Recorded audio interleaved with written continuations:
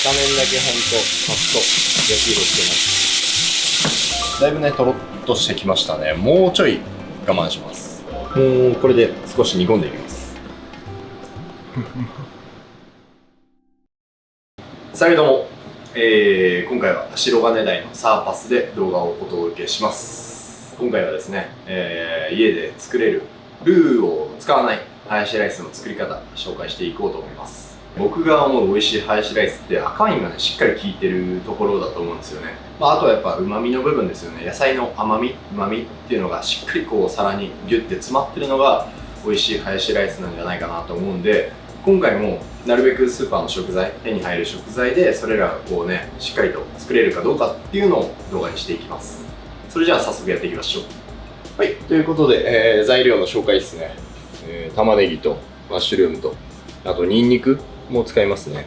と牛肉、赤ワイン、これはね結構量多いですね。ウスターソース、ケチャップ、これはコンソメと、牛乳ですね。じゃあ早速なんですけど、玉ねぎのカットですね。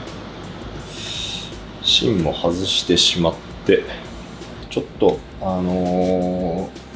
芯の部分はね小さくなりすぎちゃうんで、こんな感じで外しますね。でくし切りにしましょう。まあね、全然こんな風にこんな丁寧にやんなくてもいいんですけど、まあこの方がね玉ねぎの大きさもより安定すると思うんで、均一になると思うんでね。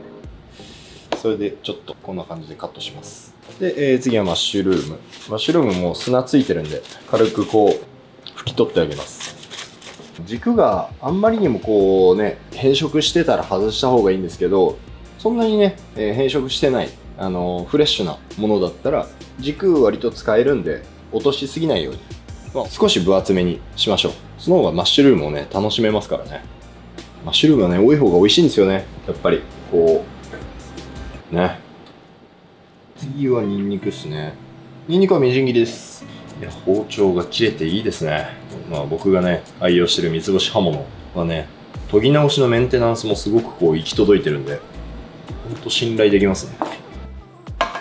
ちょっと粗いんですけどね、これぐらいにしておきましょうか、ニンニクは。次は牛肉も、食べやすいサイズでいいですね。これだとちょっとね長いですから3カットぐらいしますか。でもこういうねスライスだとバラバラになったりもするんでね、あんまり気にしすぎると良くないな。ざっとでいいですね。なんなら包丁使わなくてもよかったかもしれない。塩をしたバットに乗せます。まな板の上でそのままね塩してもいいんですけど、先輩に注意されたりとかしてたんですよね。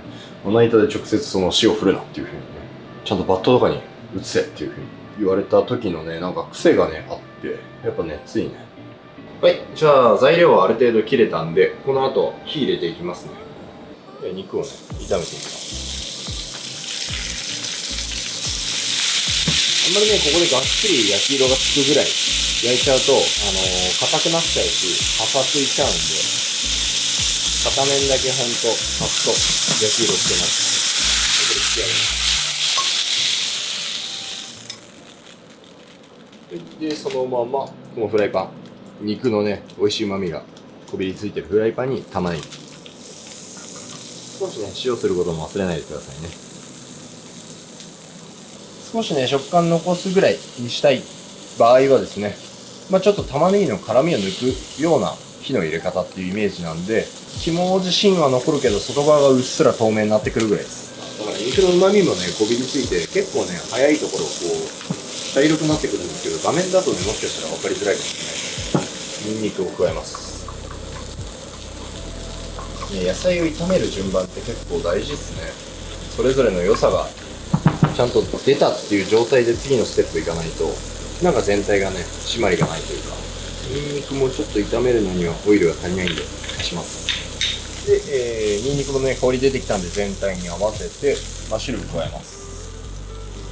素材それぞれにね適切な塩をしてれば基本的には美味しくなりますからね。ちょうどいい塩が野菜それぞれに加わるんで、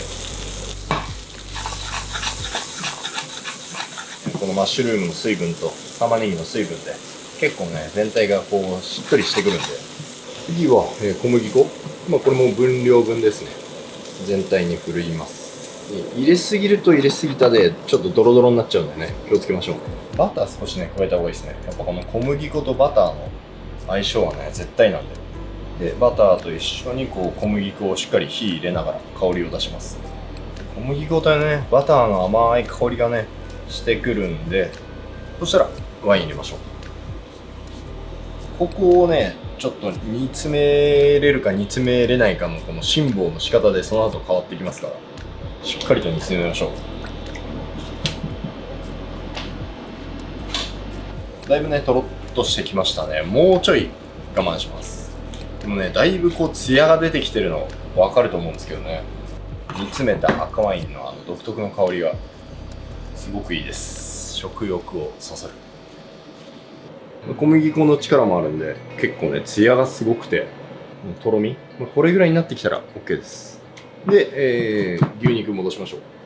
このね煮詰めた赤ワインの色がねハヤシライスの色の濃さにね反映されるんで、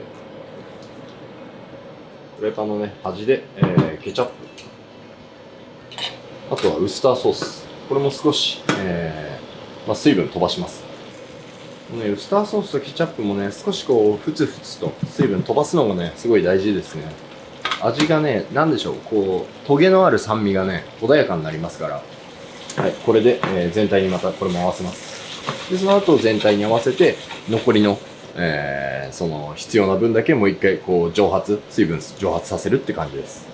これでねまたこの色がねいい感じになってきましたね。程よい色合い。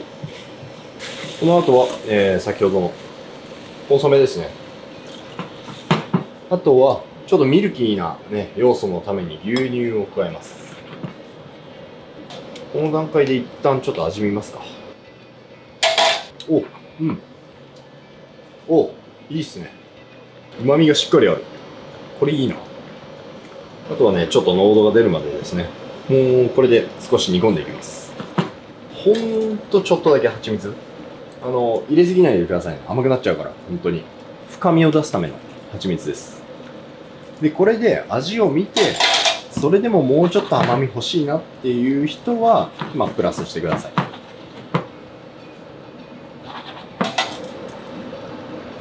さあどうだ。よ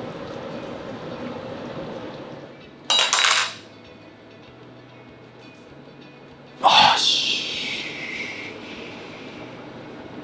よし。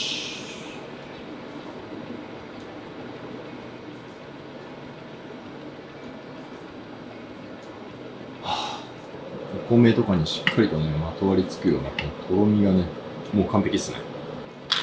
黒胡椒お好みですけど、多い方が絶対美味しいです。はい、これで、完成ですね。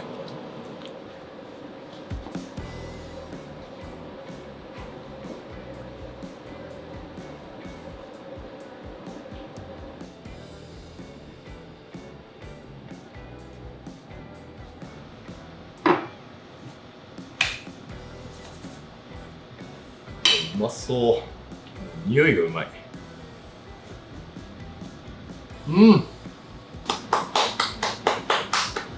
この赤ワインのコク最高ですね。これルー使ってないですからね。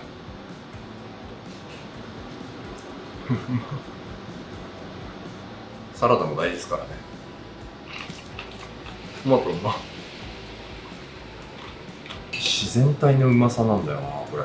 マッシュルームの甘み、玉ねぎの甘み、牛肉のうまみ、あと赤ワインのこのコクだったりとか、全部がしっかりギュッと詰まっててバランスいいっすね。というわけでハヤシライスの作り方でした。ルーを使わないレシピなんですけど、こうね野菜の甘みとか、赤ワインのね煮詰め方一つで全然いつもと違う、ぐっとね味が引き締まったようなハヤシライスになると思うんで、よかったらぜひ参考にしてみてください。ちなみにサーパスでも、コースの一品でハヤシライスを提供してて、もうさっきね紹介したハヤシライスとはまた作り方は全然違うんですけど、赤ワインをねよりたくさん使って子牛だったり、牛の出汁もふんだんに使って複数のね野菜っていうのもそこにこう入ってるような、そんな仕立てにしてます。ハヤシライスっていうのは本当いろんなスタイルがあると思うんで、今回のレシピもぜひ参考にしていただけたらと思います。それじゃまた次回の動画でお会いしましょう。ありがとう。